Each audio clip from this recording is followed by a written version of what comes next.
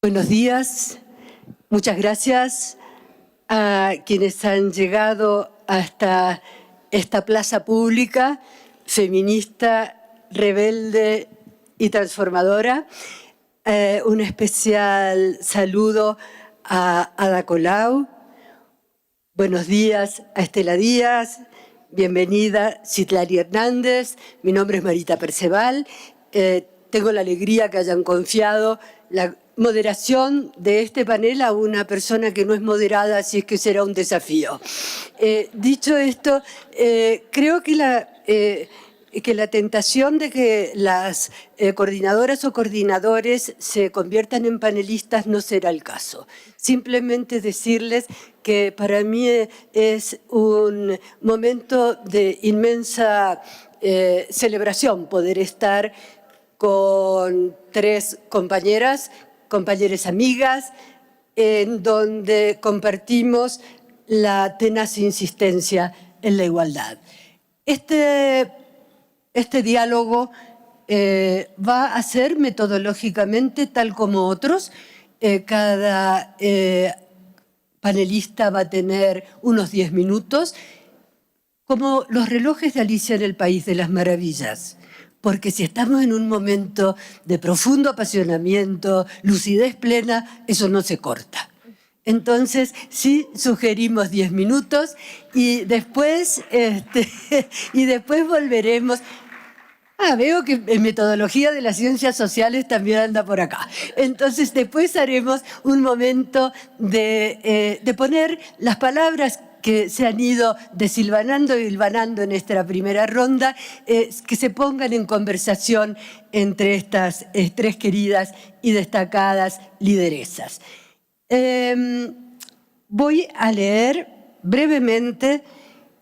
Yo diría es que las conocemos, pero saben que esta parte está bueno democratizar información para todas las personas que van a estar mirando después esta fabulosa conferencia de Claxo a través de los días y cada vez más en un mundo que cruje en crueldad y que el tema, el asunto de esta mesa es desafiante. Políticas hacia la igualdad, género, justicia y cambio social.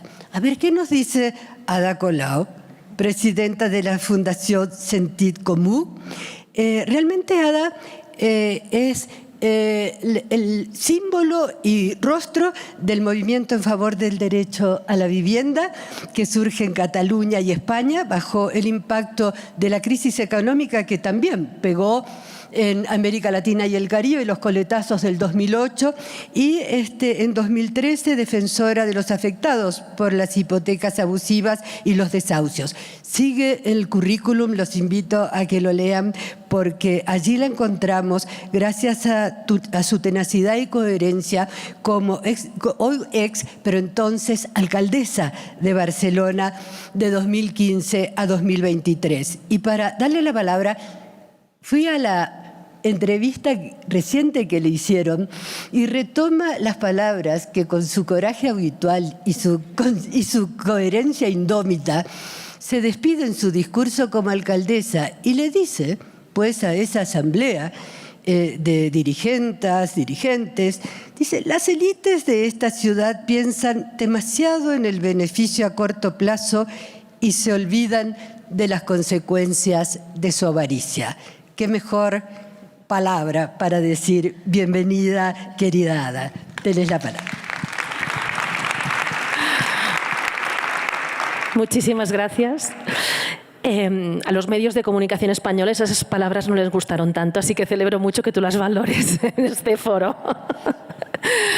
Muchísimas gracias de veras a Claxo por esta invitación. Me siento muy honorada, de verdad, y acepté esta invitación sobre todo con ganas de escuchar. Debo decir, también feliz de poder participar, pero con ganas de escuchar porque creo que es importante decir, ¿no? Yo vengo de la vieja y arrogante Europa que si todavía no ha sido capaz de pedir disculpas por su pasado y presente colonial, esperemos que algún día lo veamos, pero si todavía no hemos visto eso, encima hoy Europa empeora las cosas y traiciona los principios democráticos de paz, de derechos humanos, que en principio debían inspirar su proyecto político después de la Segunda Guerra Mundial, y hoy Europa está peor que nunca, siendo cómplice directamente de un genocidio contra el pueblo palestino, sin romper las relaciones comerciales y políticas con el Estado genocida de Israel, y siendo además un continente con políticas de racismo institucional, con una de las peores políticas migratorias del mundo, porque tenemos pues una de las fronteras más mortíferas en el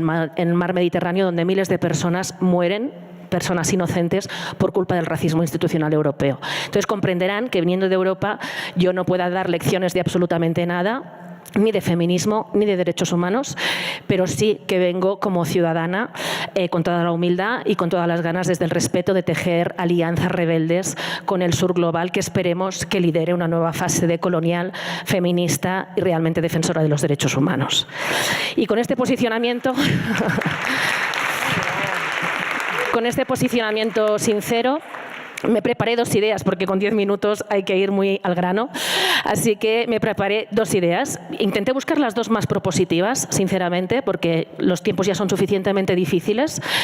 Entonces, la primera idea que quería compartirles es precisamente desde el conocimiento situado en base a mi experiencia como alcaldesa durante 8 años, pero insisto en decir que he sido más años activista social que alcaldesa y no pensaba en ser alcaldesa, nunca he sido una política profesional. Por lo tanto, fue algo accidental, colectivamente accidental, que llegara a ser alcaldesa de Barcelona. Pues desde esa experiencia municipalista quería compartirles la potencialidad que le veo al municipalismo para el título que nos reúne hoy aquí, ¿no? Para esta agenda feminista que queremos para el cambio social y la justicia social.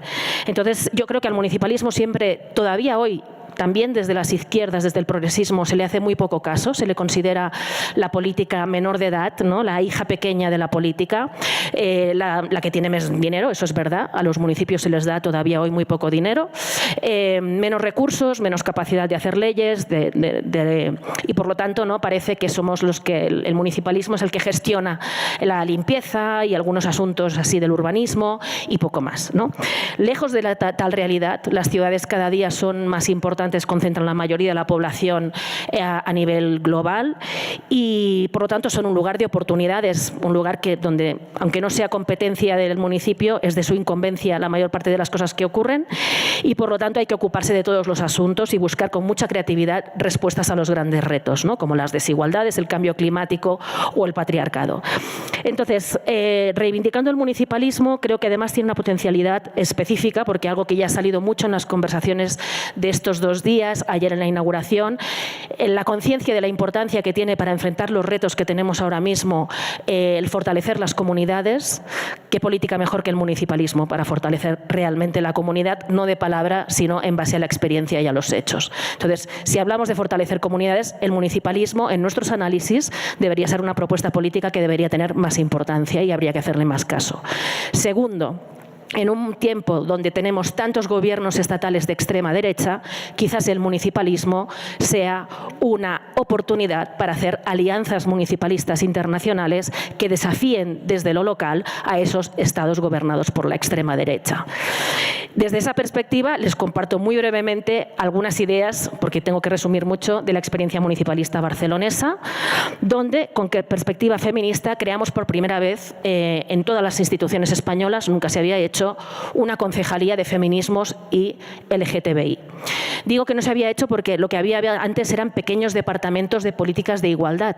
Y claro que estamos aquí reivindicando la igualdad. Pero en España, al menos, institucionalmente, se utilizaba políticas de igualdad para limitarse a hacer unas pequeñas políticas de igualdad de derechos formales y de prevención de la violencia y nada más. Nosotras no llegamos al Gobierno de Barcelona, el Gobierno popular al que yo representaba, no llegamos a la institución llegaron simplemente para gestionar los mínimos. Llegamos con la experiencia de nuestras madres, nuestras abuelas, nuestras activistas feministas que arriesgaron sus vidas y nos precedieron para soñar con los máximos, para cambiar las reglas del juego y no solo para gestionar las migajas sobrantes. Por eso pusimos el nombre de Concejalía de Feminismos como un posicionamiento que luego fue replicado en un ciclo nuevo de política que hubo en España en los últimos 10 años, fue replicado en otras instituciones. Pero no solo cambiamos el nombre, por supuesto, sino que en esa Concejalía de Feminismos y LGTBI le dimos el máximo rango político a la interna y a la externa y lo situamos en el modelo de ciudad. Es decir, dijimos que no solo íbamos a reforzar, obviamente, cuestión de mínimos, políticas de prevención de la violencia contra las mujeres, políticas de igualdad, de oportunidades laborales, etcétera, ¿no? Obviamente reforzar y ampliar servicios, ¿no? para las mujeres, sino que veníamos a poner el feminismo en el corazón de la gestión municipal y del modelo de ciudad, que creo que es lo más interesante que les puedo compartir aquí. Entonces, desde esa perspectiva, claro que creamos servicios, por ejemplo, pues una cosa que no se había hecho nunca, el Centro Barcelona Cuida, para dar servicios a las personas que cuidan en la ciudad, de apoyo psicológico, legal y de otro tipo. Creamos un centro LGTBI también, gestionado por los propios colectivos LGTBI de la ciudad.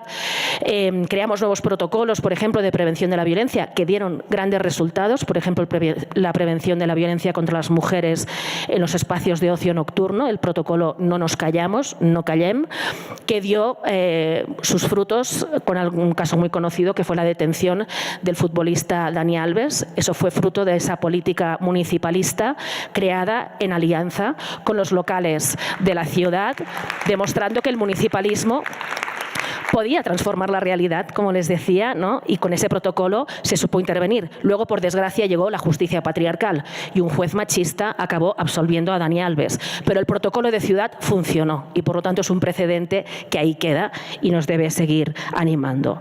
Pero además de crear esos servicios, como les decía, pusimos en el corazón del modelo y creamos un departamento de transversalidad de género para que el feminismo llegará a todas las políticas de ciudad. ¿Y eso qué quiere decir? Que transformamos la estructura interna, que por primera vez se logró la paridad de los máximos cargos directivos, no de los mínimos, los máximos cargos directivos tuvieron paridad de género en el Ayuntamiento de Barcelona, que tiene una estructura grande de 16.000 trabajadores públicos.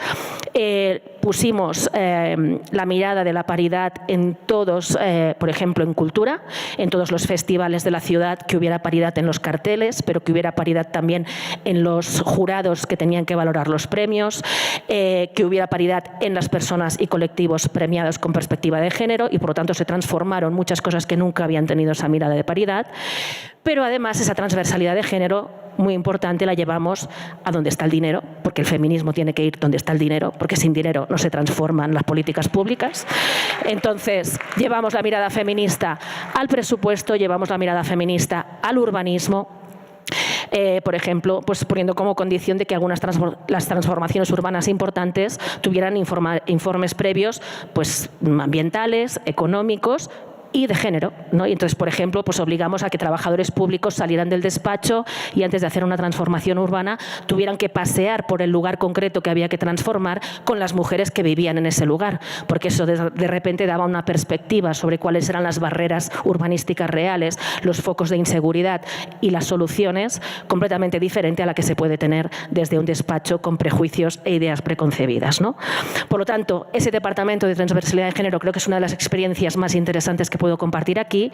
El otro, como digo, es ponerlo en el modelo de ciudad. Nosotros vinimos a transformar la ciudad, no simplemente a cambiar y ocupar el lugar de otros gestores y, por lo tanto, en el nuevo modelo de ciudad que impulsamos y que transformó realmente la ciudad, nos lo reconoce todo el mundo porque es visible, ¿no? El modelo se llamó Superilla Barcelona, que sería como Supermanzana, básicamente para pacificar la ciudad, para quitar muchos coches y contaminación, poner las personas en el centro en toda su diversidad, poner mucho más verde y ganar el espacio público para democratizarlo y ponerlo en manos de la comunidad. Entonces, hacer muchos espacios que antes estaban tomados por los coches y la contaminación y el ruido para que estuvieran ocupados por niños, niñas, niñas, por personas mayores, por vecinos y vecinas que tenían espacios donde bajar a comer conjuntamente, a jugar a ping-pong, al ajedrez, a jugar en los nuevos parques infantiles que se hicieron con la propia participación de las niñas. etcétera, etcétera. O sea, un urbanismo que se transformó con esa mirada feminista, poniendo las personas en el centro, no los coches, no la productividad, no otras consideraciones que habían dominado el modelo urbanístico, no el turismo, no la especulación inmobiliaria, sino las personas, sus necesidades y las necesidades de fortalecer la comunidad. Eso nos llevó a muchas transformaciones. No solo fue un urbanismo, digamos, que redujo los coches, la contaminación, mejoró la movilidad, más transporte público, que por cierto el transporte público es lo que utilizan más las mujeres más que los hombres. No solo fue una cuestión de movilidad, de lucha contra la contaminación y el cambio climático, sino de cambiar las prioridades de la ciudad. De repente, por ejemplo, le dimos todo el protagonismo a las escuelas.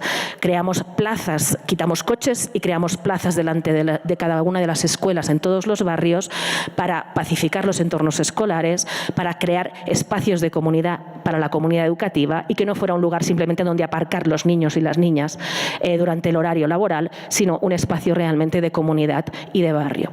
Y eso llevó a muchas otras transformaciones, donde las escuelas se convirtieron en protagonistas del debate de modelo de ciudad, en transformar los interiores de las escuelas, en invertir más en nuestras escuelas, en poner psicólogos gratuitos en las escuelas, porque detectamos que muchos de los conflictos que luego podían haber familiares, domésticos, etcétera, donde mejor y antes se podían detectar y prevenir eran las escuelas si había el apoyo suficiente, etcétera, etcétera. Entonces, como algunos ejemplos lo tengo que dejar aquí, de esa mirada feminista que cambió las prioridades realmente de la ciudad, con mucha más participación, con servicios sociales que cambiaron también su forma de trabajar desde la proximidad, colaborando con las entidades que están en la propia comunidad, etcétera, etcétera.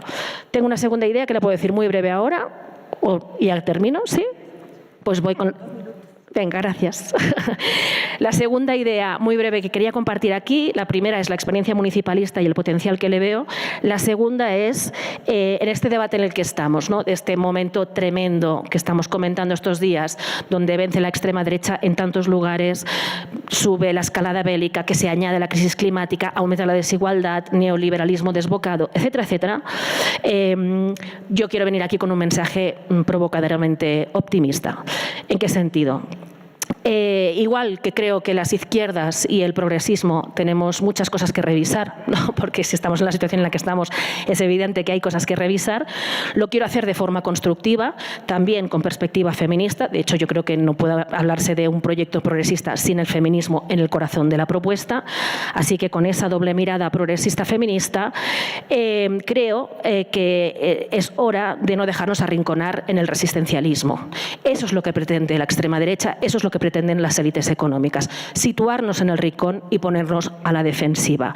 Y es cierto que no es fácil, porque algunas situaciones, Argentina, por ejemplo, son especialmente difíciles, complicadas y muy duras.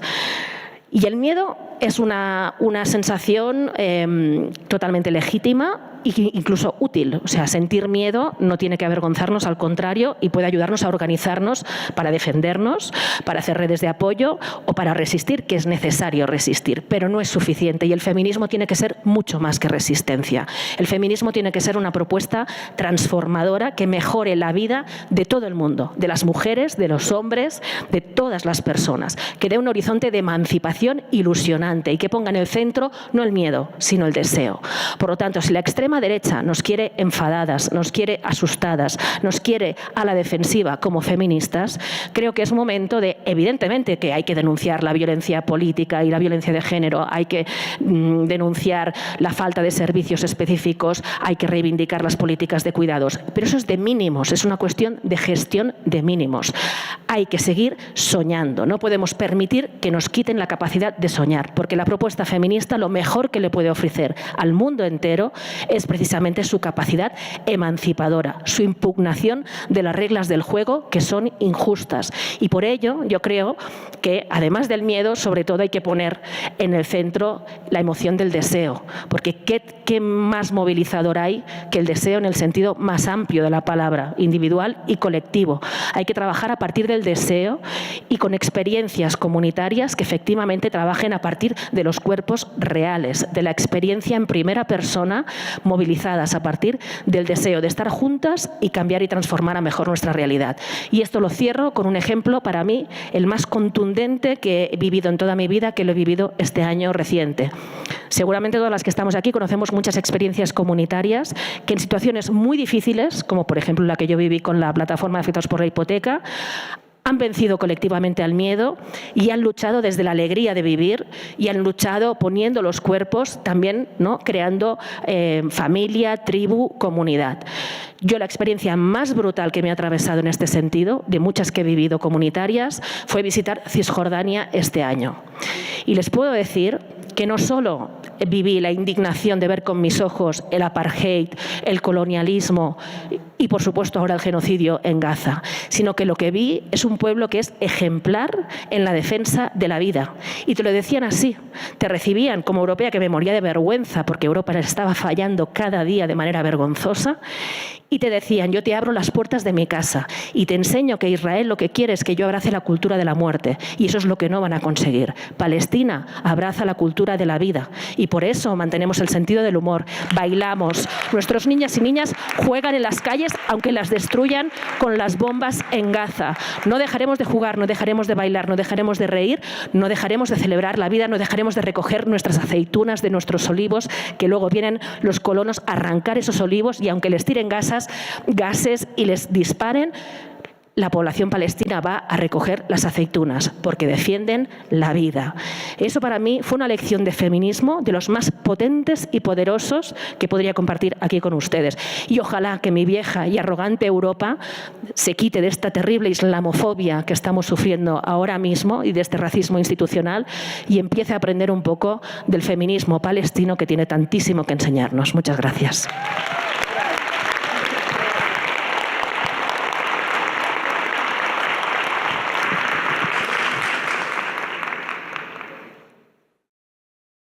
Así es, pues, el deseo es una emoción muy rebelde y creativa. Gracias. Ahora Estela Díaz, compatriota, ministra de Mujeres y Diversidad de la provincia de Buenos Aires, Argentina. Vale decir que es la primera ministra del primer ministerio de Mujeres en la provincia de Buenos Aires y el único que ha resistido a la demolición de los derechos humanos y a la persecución feminista en nuestra patria de las manos del destructivo poderío de la ultraderecha. Estela Díaz tiene una amplia trayectoria como feminista, militante social, sindical, exsecretaria de Género de la Central de Trabajadores Argentinos y Argentinas, la CTA. Fue distinguida en distintas oportunidades con la mención especial, por ejemplo, de la Cámara de Diputados y Diputadas de la provincia de Buenos Aires por la defensa y promoción de la salud de las mujeres. También ha tenido una mención especial del Ministerio de Salud de la provincia de Buenos Aires y es una de las mujeres que, empuñado, pero en multitud de voluntad y convicción, iniciaron lo que ustedes conocieron en el mundo entero como la Marea Verde, porque Estela es una de las iniciadoras de la campaña nacional por un aborto legal, seguro y gratuito, es decir, por un aborto feminista. Estela, la palabra. Bueno, muchas gracias, Marita, gracias a Claxo por esta invitación y bueno, es un placer compartir este panelazo, decimos nosotras así, para ponerle con estas enormes compañeras que también muchas ganas de escucharlas. También con el tiempo breve que tenemos organicé un poco en 3 momentos, uno breve primero, pero necesitamos pensar el contexto.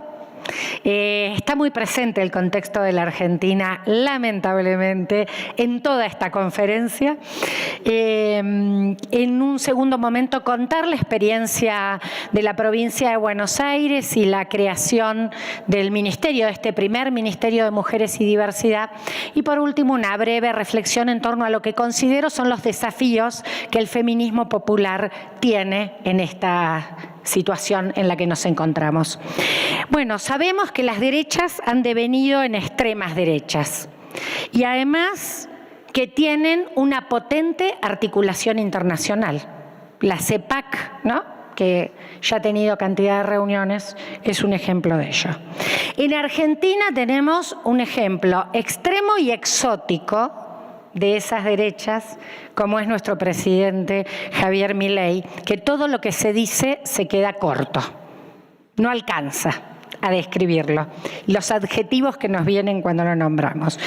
Neoliberal, clásico, ortodoxo en lo económico, pero lleva su posicionamiento, apertura de la economía, su misión para él sería anexión, si pudiera, a los Estados Unidos de la Argentina, y apertura económica que además atrasa y está absolutamente por fuera del que el conjunto de los países, incluido el que admira a Estados Unidos, está haciendo, que hacen políticas proteccionistas.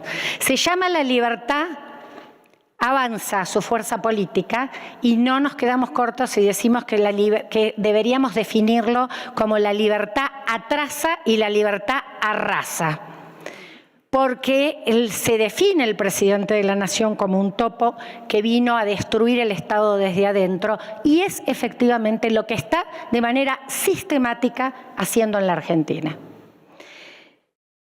Y esto nos trae acompañado de una fuerte violencia política y simbólica, donde los feminismos y los colectivos LGBT+ son elegidos como enemigos, enemigas de su confrontación.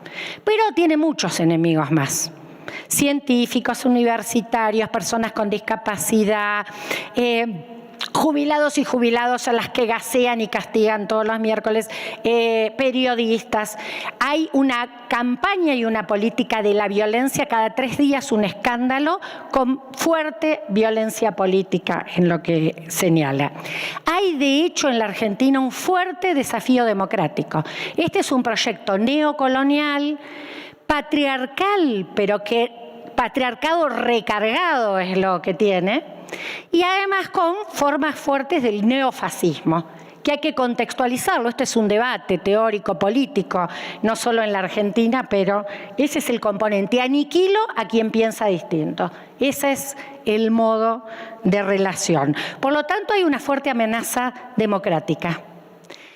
Y aparece además como una figura de disrupción frente a la pospandemia, profundización de las desigualdades. Se viene hablando mucho de las desigualdades en el mundo y entonces él aloja y parecen estas extremas derechas como una voz de rebeldía, como una voz de ruptura.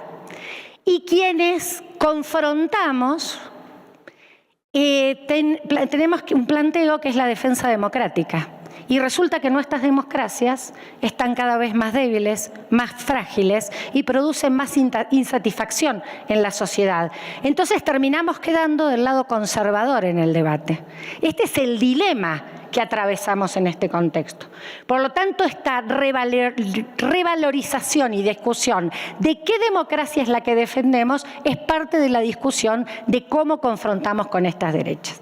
Y en ese sentido, bueno, voy a la provincia. No casualmente, esta provincia de Buenos Aires es casi la mitad de la Argentina, 18 millones de habitantes, más de 300.000 kilómetros cuadrados, 135 municipios, 2.000 localidades. Tenemos zonas rurales y zonas urbanas, costeras, isleñas. Bueno, una diversidad humana y geográfica enorme. Casi un país es nuestra provincia. Y allí hubo una clave. En la provincia de Buenos Aires no ganó Milei, ni en las PASO, ni en la primaria, ni en la segunda vuelta. Y una de las claves, nuestro gobernador, Axel Kicillof, fue reelecto. Debatimos mucho cómo confrontábamos con la derecha. Y el planteo fue que teníamos que confrontar de frente porque ellos son ideologizados, dogmáticos y extremos, y por lo tanto el debate había que darlo político e ideológicamente, y darlo desde una gestión que planteó 4 cuestiones que nos definían, y esto fue por lo que juramos. Yo estuve de ministra desde el primer momento, diciembre del 2019, con Axel Kicillof, y ratificó la continuidad en este periodo. Y la gestión Axel dijo que tiene que ser de sencillez, de cercanía, de transparencia y de militancia. Estos principios son profundamente feministas, porque es de territorialidad, de llegada. El Estado, nosotros es una extensión que tenemos, dice, tiene que concretarse en cada territorio, y aquí dialoga con lo que Ada nos decía. La localidad es el lugar que debe concretar la presencia de ese Estado, y el pueblo de la provincia de Buenos Aires lo valoró, cuando además el lema fue, ¿es la derecha o son los derechos? Y ahí hubo una clave que discute si es vía moderada o si es vía donde debemos proponer otro camino. En la construcción del Ministerio de Mujeres y Diversidad, el planteo fue ser el organismo rector de las políticas de género, y que estas políticas debían ser transversales también al conjunto de gobierno. Presupuesto con perspectiva de género, plan de igualdad que tiene a 41 organismos y ministerios, más de 200 acciones, el trabajo, yo no las puedo detallar, pero el trabajo, la producción, los ámbitos no tradicionales del trabajo para las mujeres, las políticas de cuidado, la salud, la educación, la transversalización al conjunto de las políticas de gobierno.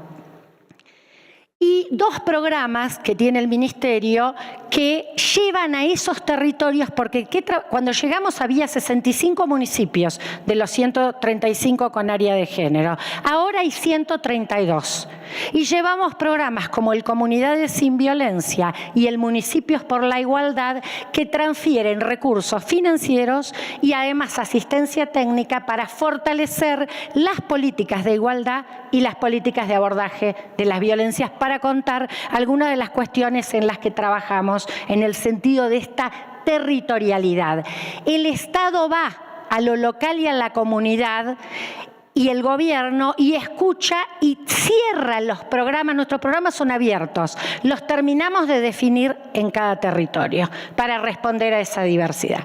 Así que podría contar por ahí algunas otras cosas en otro momento, pero me quedan 2 minutos para completar. Y entonces quiero puntualizar aquí, porque acá estamos hablando de una institucionalidad de gobierno. Nosotros tenemos paridad en todos los cargos legislativos, no así en el resto. Hay todavía asignaturas pendientes en torno a la mayor participación femenina en otras, el Poder Judicial y también en otras instancias de los ejecutivos. Pero hay como dos aspectos fundamentales, ¿no? Este feminismo que construye, no solo que damos por voluntad política, porque hay una construcción de una política feminista en la gestión de gobierno que ha permitido que se consolide esta perspectiva, y en un país que se anuló el Ministerio Nacional. El Nacional nace con nosotros en el 2019 y lo elimina directamente el gobierno nacional, pero en el resto también se reducen. Nosotros consolidamos una perspectiva de gestión que es visible, es reconocida y es valorada, y es más, podemos desde ahí también generar una articulación federal, porque con las provincias abandonadas por la nación tenemos una articulación a pesar del abandono de la nación. Y en ese sentido digo el otro dilema. Nosotros además tenemos una institucionalidad y posibilidades de gestión en las políticas de gobierno feminista porque hubo lucha social. Nos precede la lucha. Venimos de un movimiento callejero, de combate, multitudinario, masivo. De ahí venimos y no podemos olvidar esto cuando estamos en la gestión.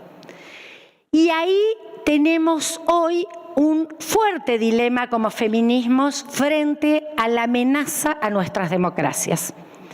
Hoy nosotros dependemos de 3 varones, patriarcas ricos de la Argentina, únicos integrantes de la Corte Suprema, que están por detener a la ex 2 veces presidenta y vicepresidenta de la Argentina en una causa absolutamente alentada por la persecución política y sin pruebas. Esa es la situación en la que se encuentra nuestra democracia. Por lo tanto, la articulación, ¿cuál es la demanda para un feminismo popular? El que se vio el 1 de febrero de este año y este 3 de junio. Y quiero decir por qué. Porque en Davos estuvo Milei, lo escuchamos todas y todos, mundialmente se conoció.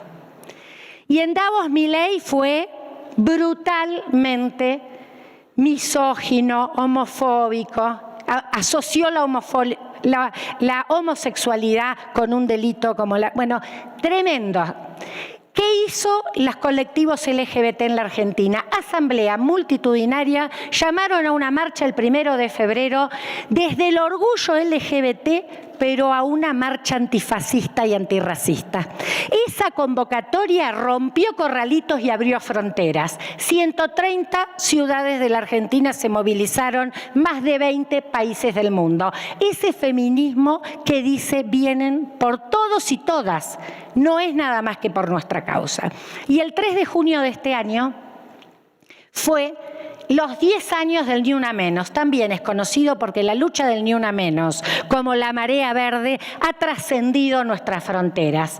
Y el Ni Una Menos decidió que era un día martes, que no nos íbamos a movilizar el martes, que nos íbamos a movilizar el miércoles, junto a los jubilados, las jubiladas, los trabajadores de salud pública, las personas con discapacidad, articular las luchas frente al neofascista, neocolonialismo patriarcal, es la demanda de los feminismos populares en el camino de que en las resistencias también construimos la sociedad del futuro. Ahí también delineamos cuál es la agenda del futuro y es de emancipación, y eso tiene a los feminismos en el centro. Muchas gracias.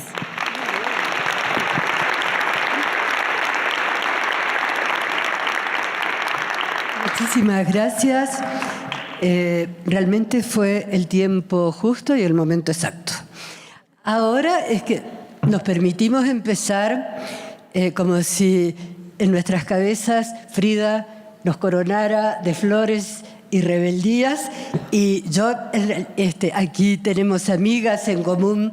Miren, esto de que México tenga una primera presidenta mujer, feminista, transgresora, revolucionaria, cercana. Es que, ¿de qué otra forma voy a leer quién es Citlali, compañera militante, querida amiga, Citlali Hernández Mora? Mujer joven. Y pongo énfasis en lo joven, porque es que en el feminismo no hay abismos entre el feminismo y el transfeminismo, y las feministas construimos feminismo intergeneracional, o si no, la interseccionalidad es un ejercicio académico y no un compromiso de vida. Dicho esto, mujer joven, mexicana, de izquierda, que ha desempeñado diversas funciones en la política mexicana. Ella es originaria de Iztacalco, alcaldía de la Ciudad de México, es comunicóloga, eso está re bueno, es comunicóloga por la Facultad de Ciencias Políticas y Sociales de la Universidad Nacional Autónoma de México, con especialidad en periodismo, es activista y defensora de diferentes causas sociales desde joven. En el 2015, con 25 años, atrevidamente se convirtió en la diputada local más joven por el distrito 14 de Iztacalco de la entonces Asamblea Legislativa del Distrito Federal. Bueno, sigue. Y entonces, después de una gran amiga, de una inmensa feminista de nuestra generación, como es Nadine Gassmann, que era la presidenta del Instituto Nacional de las Mujeres, pues le abrimos los brazos a Citlali diciendo ¡Viva México! La palabra.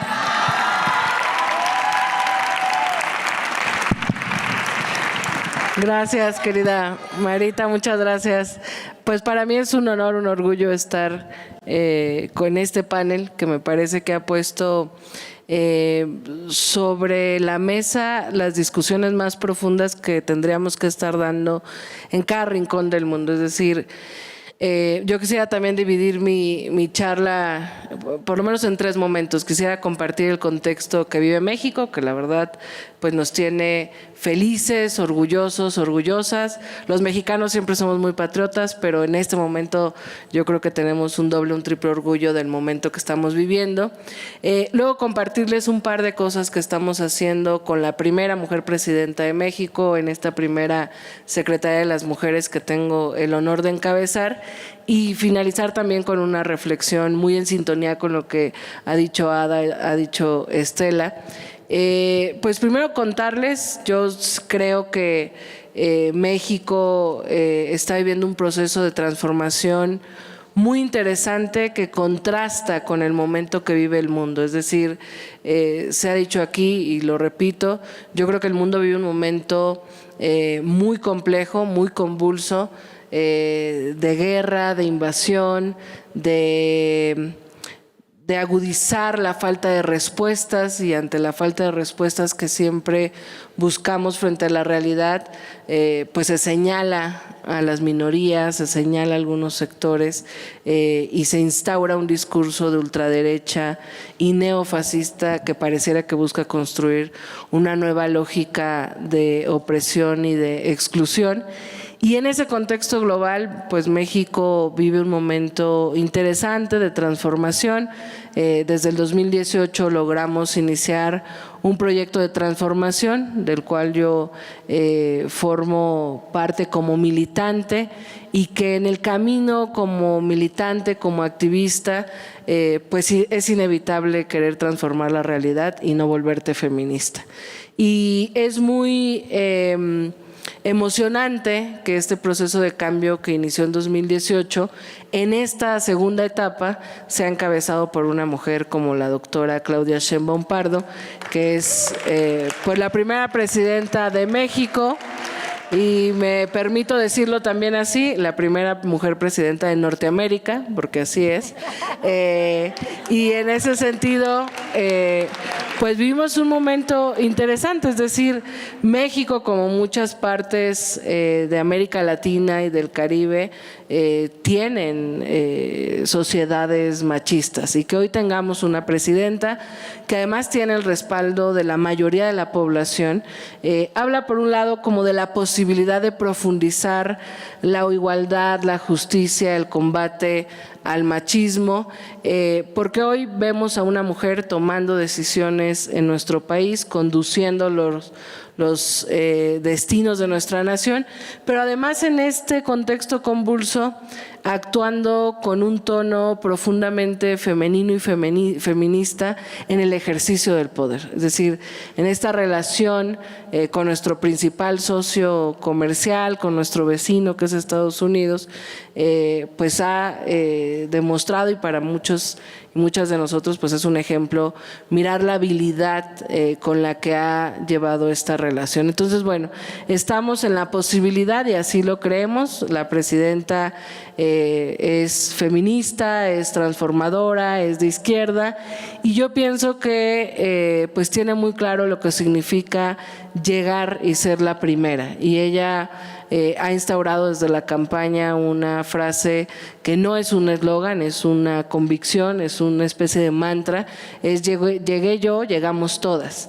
Y me parece que la construcción del llegamos todas pues es parte, digamos, de la profundización de lo que queremos hacer y de lo que estamos haciendo, y es como garantizamos en serio que lleguemos todas, sobre todo las más pobres. Es decir, no podemos hablar de una agenda feminista, de una agenda de transformación, si no cambiamos la vida de las más excluidas. Y entonces la presidenta ha llegado como un símbolo, y es profundamente emocionante. Seguro ha pasado en otras partes del mundo y pasa siempre en la política cuando se ve a una mujer candidata, pero desde campaña ha sido emocionante mirar a las niñas, ver cómo miran a la presidenta con representatividad, con ilusión, en los mítines, cómo hay esa conexión de una nueva generación con una presidenta, como una especie de decir, sí, yo puedo ser eso, ¿no?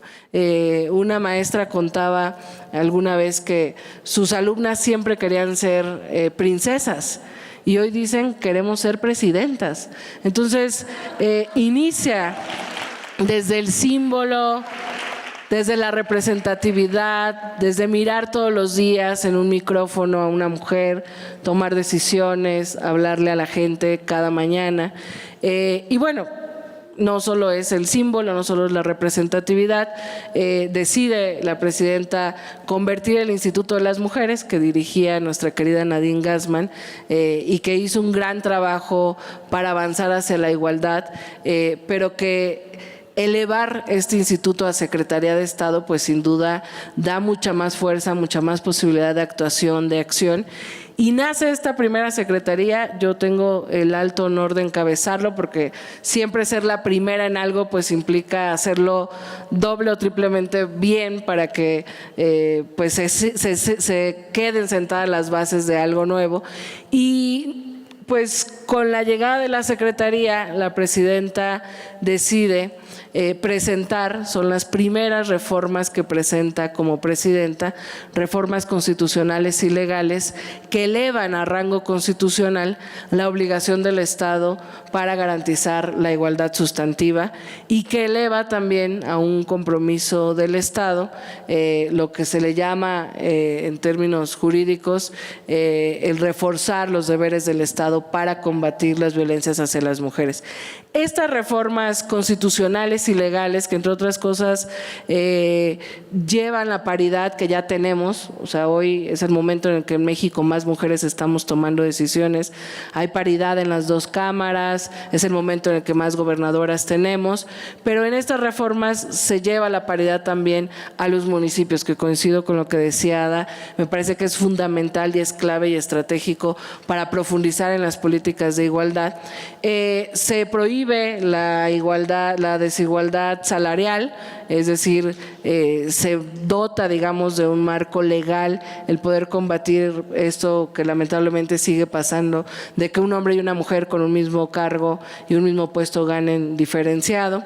Y estas reformas son un antes y un después, y es creo que el principal reto de nosotras, y voy acelerando porque ya me queda poco tiempo, porque además trastoca lo que yo creo que es un reto en general en el mundo, pero en nuestro continente, y es la procuración y la garantía de justicia. Es decir, en esta reforma se plantea también la necesidad de que en las fiscalías haya perspectiva de género, que las personas juzgadoras estén obligadas a que tenga esta perspectiva de género en los juicios, a que haya unidades especializadas de contexto que permita tomar decisiones pues desde una lógica pues sí, desde una perspectiva de género y no desde la lógica patriarcal que a veces existe en el sistema de procuración de justicia. Entonces, llega la presidenta, se crea la primera Secretaría de las Mujeres, se aprueban estas reformas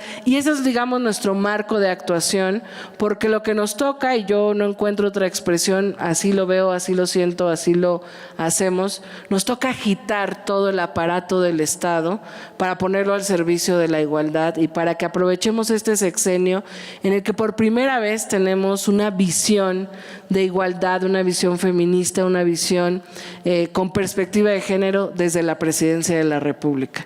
Y nuestro proyecto de transformación que vive México no se entiende solo con leyes o solo con política pública. Algo que me parece fundamental y que para nosotros es clave es que este proceso viene acompañado de un proceso de revolución de conciencias. Y mirando el ejemplo en Argentina y en otras partes, para nosotras es doble o triplemente importante, porque si no se abrazan estos derechos por la mayoría de la sociedad, incluso por los hombres, si este proceso de cambio, que para nosotros tiene que ser un cambio cultural profundo, en la manera en la que nos relacionamos hombres y mujeres, en la que nos relacionamos entre la diversidad de personas que somos, si no se abraza, podremos avanzar muchísimo y podrá llegar de repente un gobierno que genere retrocesos a esos derechos. Incluso cuando se abrazan o cuando se defienden, pues hemos visto ejemplos en los que llega. Entonces, para nosotros, para nosotras, que además es muy frustrante ver la violencia cotidiana hacia las mujeres, es inevitable un cambio cultural y un proceso de revolución de conciencias. Y para eso la presidenta nos ha encargado llevar todo a territorio, ¿no? Estamos llevando esta cartilla de los derechos de las mujeres que la presidenta personalmente revisó y que me ha encargado que todos los hombres, todas las mujeres de México la puedan recibir, discutirla en las escuelas, en las clínicas, etcétera, en una lógica de promover la igualdad. Entonces voy cerrando porque ya abusé del tiempo, pero lo que quiero decir es que yo pienso que va concatenado una política de igualdad, una perspectiva de género, un cambio cultural, y permítanme decirlo porque en México es muy importante y quizás se logrará dimensionar más conforme pase el tiempo. Para alcanzar la justicia tiene que transformarse el Poder Judicial. Y en México acabamos de vivir un proceso de elección popular para elegir jueces, magistrados y ministros, que por supuesto tiene sus retos, tendrá que discutirse cómo seguir mejorando el proceso, cómo seguir provocando la participación de la ciudadanía, pero yo estoy convencida, y en los 6 meses que llevo como secretaria de las Mujeres, estoy convencidísima de que esta reforma al Poder Judicial va a ser estratégica y fundamental para nuestra labor, porque tan solo en los 6 meses que llevamos, solamente la Secretaría de las Mujeres ha atendido 2,000 casos de violencia que no van a un ministerio público o a una fiscalía o a una instancia de las mujeres municipal o estatal, que deciden venir a la Secretaría de las Mujeres o acudir a la presidenta y ella nos lo canaliza. Y el 98% de los casos están ligados a una mala defensa, a un ministerio público que integró mal una carpeta, a una fiscalía que minimizó una violencia y a un juez o a una jueza que condenaron al violador, al feminicida, que liberaron al violador, al feminicida, al violentador y a la corrupción que lamentablemente existe en el Poder Judicial. Entonces, pues ese es un poco el contexto que vivimos en México. Concluyo diciendo, yo estoy convencida que la lucha en nuestras sociedades es constante entre quienes quieren conservar el status quo y quienes queremos transformar nuestras realidades.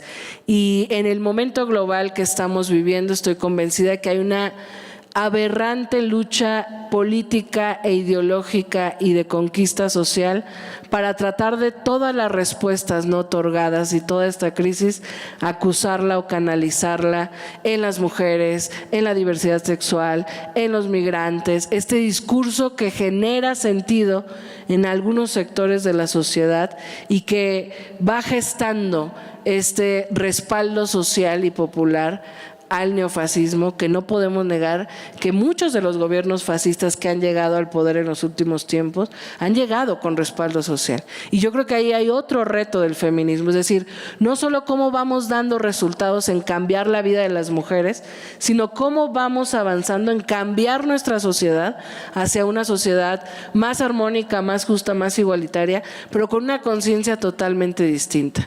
Cuando Donald Trump dice que no hay trabajo en Estados Unidos por culpa de los migrantes y genera odio hacia los migrantes, es parte de esas respuestas que le están generando sentido a un sector.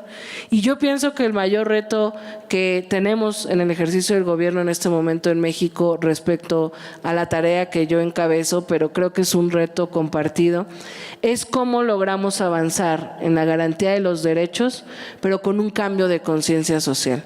Porque si no, llegarán discursos de odio, llegarán discursos machistas, llegarán discursos homofóbicos, llegarán discursos totalmente agresivos y habrá quien los abrazará porque no se sentirán convocados. Para nosotras, quizás un sector del feminismo no esté convencido, pero para nosotras estas políticas, este cambio cultural tiene que convocar a los hombres a que haya un cambio también en las dinámicas de convivencia entre nosotros, sobre todo previniendo con las nuevas generaciones. Entonces, yo termino diciendo, estoy convencida que la salvación civilizatoria que digamos que necesitamos en este momento del mundo, la encabeza el feminismo. Es la vanguardia de la lucha contra el neofascismo y de ese nivel me parece que tenemos que repensar todo lo que estamos haciendo. Muchas gracias.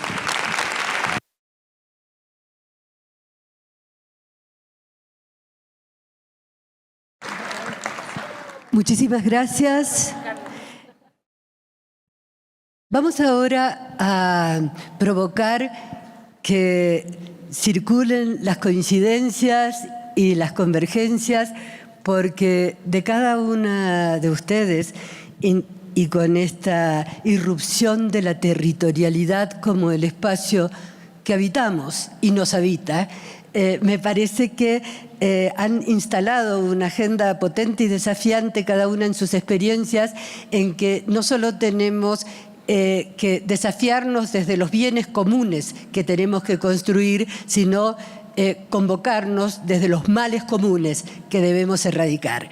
Entonces, creo que esto ha pasado por cambio climático, migraciones, refugiados, desigualdades interseccionales, obscenas concentración de la riqueza, la necesidad de una paz total, como dice y hace Colombia, el fortalecimiento de la democracia, pero también del multilateralismo, cuando hablas de estas alianzas de coincidencias que entrelacen, no porque la ultraderecha hoy lo hace, sino porque el feminismo nació internacionalista. Porque si el patriarcado fuera solo en un país, pues la cosa hubiera sido más sencilla. Entonces, aquí sabemos que es un sistema, como se instaló después el capitalismo en sus distintas instancias, que se fue universalizando para la opresión, la exclusión y la discriminación de las mujeres y las disidencias. Dicho esto, vamos pues poniendo al Estado al centro de la sociedad en escucha y activismo, como decía Estela, estos mandatos que tienen de decir para no desdibujarse, pero de escuchar para construir en las comunidades de abajo hacia arriba. Entonces creo que también esto, poner al Estado al servicio de la igualdad, decía Citlali. Y aquí está en esta sala Ana Güemes, que es una forjadora de la categoría de sociedades del cuidado. Es decir, no basta, como cada una de ustedes saben y lo está haciendo, tener políticas de cuidado, espacios de cuidado, sino transformamos, realmente avanzamos hacia la revolución de las conciencias y cambiamos este modelo de destrucción, muerte y exterminio por una forma de vivir, no voy a decir un modelo, por una forma de existir que dice que la vida vale la pena, la de todas, la de todes, la de todos. Que circule entre ustedes estas coincidencias, que habrá muchas más, pero me gusta remarcar estas. Gracias.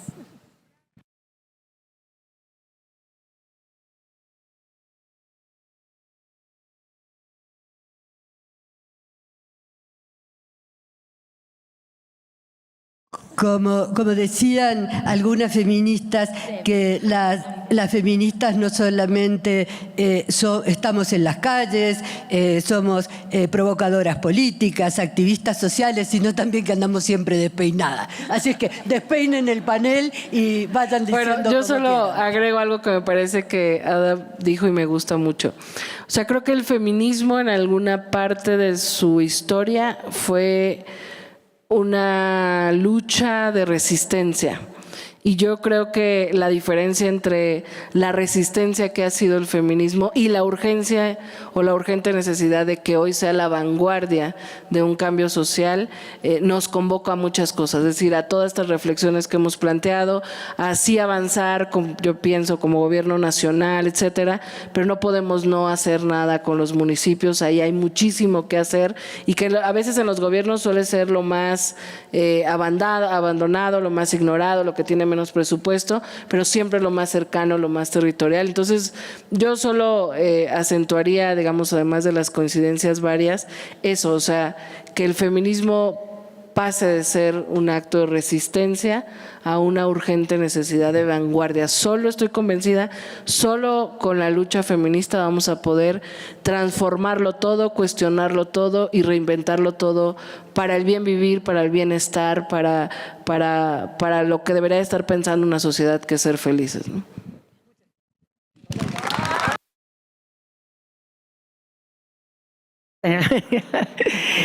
Bueno, en línea con lo que Citlali recién señalaba, además tuve el enorme placer de, antes de venir aquí a Bogotá, pasar por México.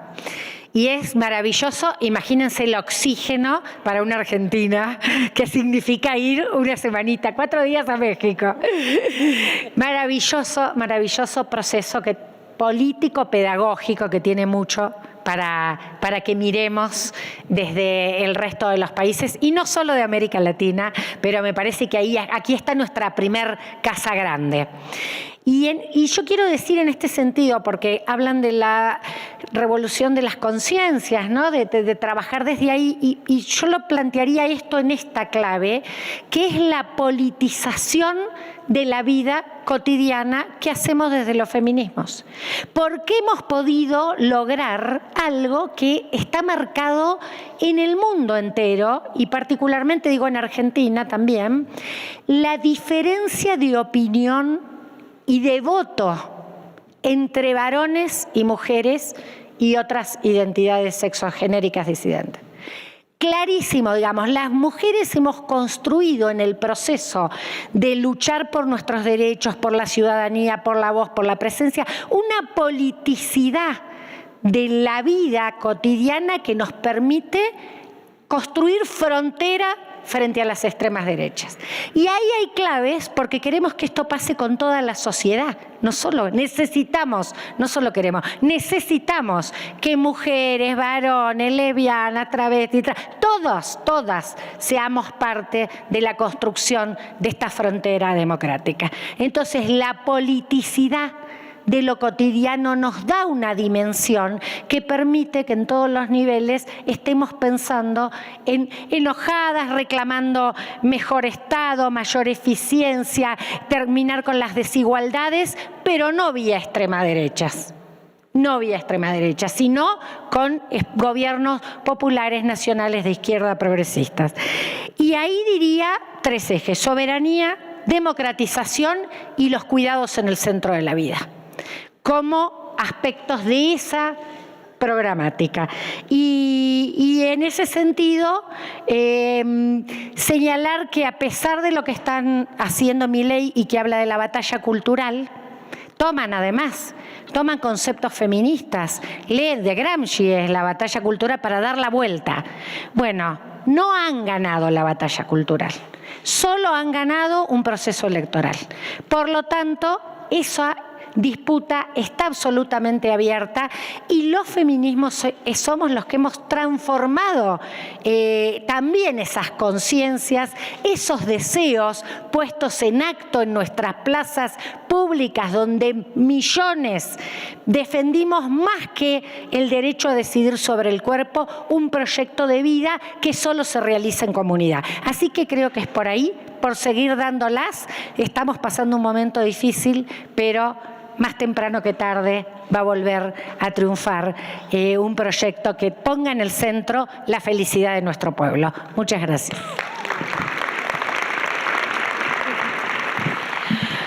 Pues yo me sumo a lo que decía Citlali, que tú que también lo decía, Estela, que aquí la cuestión es el cambio cultural, por supuesto.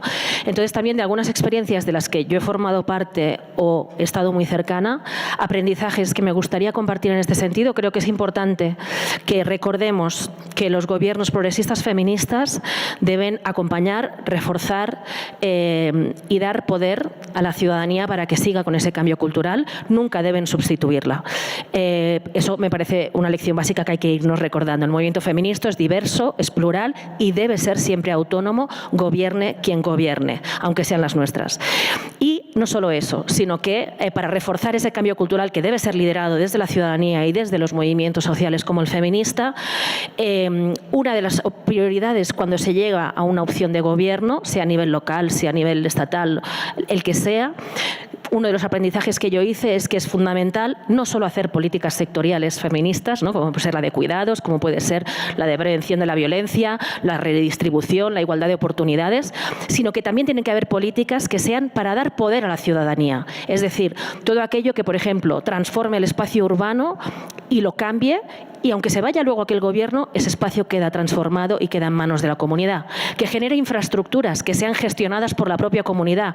Por ejemplo, infraestructuras de economía social en manos de las colectivas que están en los territorios, que puedan así tener su subsistencia y puedan reproducirse con mucha más facilidad teniendo infraestructuras gestionadas por ellas mismas y no por la institución de turno, porque luego llega un cambio de gobierno y entonces será mucho más difícil de cambiar si efectivamente se han dado infraestructuras a las cooperativas, a la economía social, etcétera, etcétera. Si se ponen en marcha, por ejemplo, procesos fuertes de participación como los presupuestos participativos, que una vez que se ponen en marcha y funcionan, es difícil de desmontar. Eso da poder a la ciudadanía. Por lo tanto, no pensar solo en políticas sectoriales, sino en hacer políticas que den poder a la ciudadanía para que luego, cuando cambie el gobierno, la ciudadanía tenga más poder que antes para defenderse, para seguir construyendo y para seguir avanzando.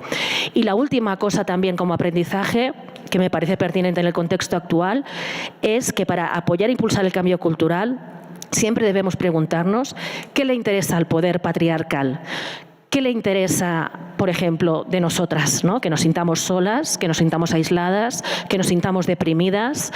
Bueno, combatir eso en la política concreta dentro y fuera de las instituciones. Por ejemplo, a mí una cosa que me llama la atención es en este momento donde tenemos estos machos alfa tan arrogantes y exhibicionistas, ¿no?, de su poder y de su estupidez. Y, por ejemplo, vemos a Elon Musk haciendo el saludo nazi con impunidad.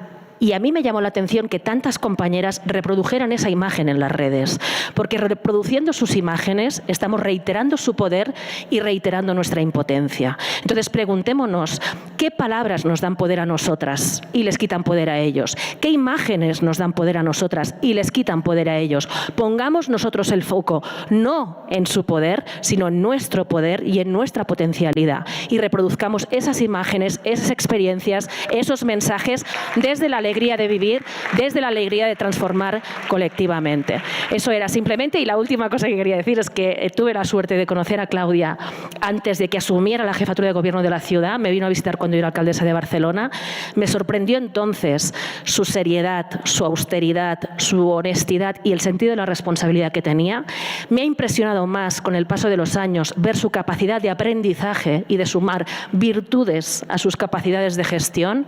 Y hoy, efectivamente, como decías, no es solo la presidenta de México, es la presidenta de muchas más, no solo de las feministas, sino en general creo que de las poblaciones del mundo, que estamos muy felices, por ejemplo, de que haya anunciado que va a ir al G7 próximamente y así frente a Trump tendremos a nuestra líder, presidenta también de gran parte de la humanidad para defender la dignidad. Muchas gracias. Muchísimas gracias. Bueno, termina, pero va a seguir. Muchísimas gracias a cada una de ustedes, a cada una de ustedes. Cierro con ideas muy fuertes, con convicciones muy profundas que se han compartido. Que no se habló de reforma. Vieron que la palabra reforma no apareció. Reforma fiscal, reforma económica, sino directamente pusimos las cosas con su nombre. Transformación y revolución fueron las palabras que surgieron. Es decir, un panel profundamente feminista. Entonces, con esta convicción por una transformación revolucionaria de la economía, de la fiscalidad, de la justicia, del poder, para construir un feminismo y transfeminismo despatriarcalizado, decolonial, anticapitalista, desracializado, interseccional, intergeneracional, pluricultural. Está Gaby Montaño por acá, así que lo pluricultural, que no nos duerman con el interculturalismo. Vamos a cerrar. A mí me conmovió, no sé si a ustedes, cuando escuché tu relato y tu testimonio con el pueblo de Cisjordania, a donde intentó el presidente de Estados Unidos convencer al gobierno de Jordania, por ejemplo, que le iba a dar recursos, pero que había que despoblar la Franja de Gaza para hacer emprendimientos inmobiliarios, como a las ciudades, a las provincias de ustedes, a los otros países. También nos quieren despoblar desde esta usura de la prepotencia. Quiero terminar como se terminó ayer en el plenario. Dijimos: Palestina libre y soberana, porque somos feministas. Y quiero terminar diciendo 3 gritos de mujeres de nuestra matria grande. Con las madres de Plaza de Mayo, repetirnos: la única lucha que se pierde es la que se abandona. Con Laura Restrepo, esta gran poeta de esta tierra colombiana: la alegría sopla cuando menos lo esperas. Y quiero terminar con las voces valientes, no temerarias, sino dignas, que escuchó nuestra compañera en Cisjordania. Aunque caigan bombas sobre los olivos, las feministas, junto al pueblo, vamos a recoger las aceitunas. Gracias.